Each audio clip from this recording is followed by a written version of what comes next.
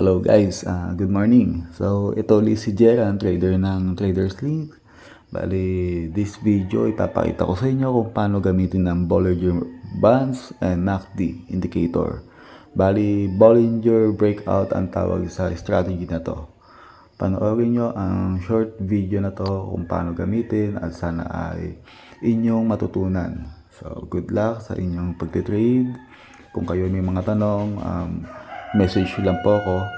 Then, free to will, free mag-train sa inyo. Okay? Maraming salamat po. Tapusin niyo po ang video na to at makikita ninyo ang result ng trade na to. Salamat po.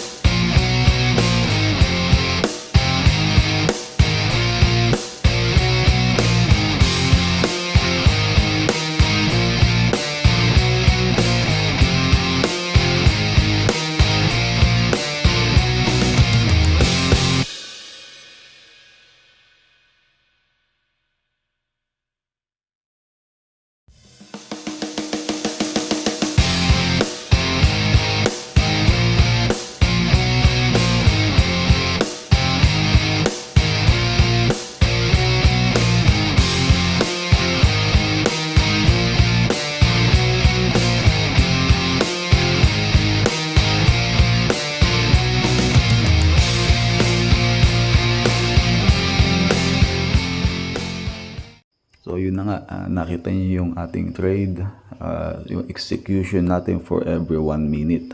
So yung ating Bollinger Bands, Alligator, and MACD collaboration nila dito sa ating trading platform na to. So ipapakita ko sa inyo yung result natin from 12:27 AM to 12:55 AM. So halos 30 minutes natin nag-trade para mag-gain natin yung almost 700 pesos. So maraming salamat po. Ipapakita ko sa inyo yung resulta ng trade natin ngayon.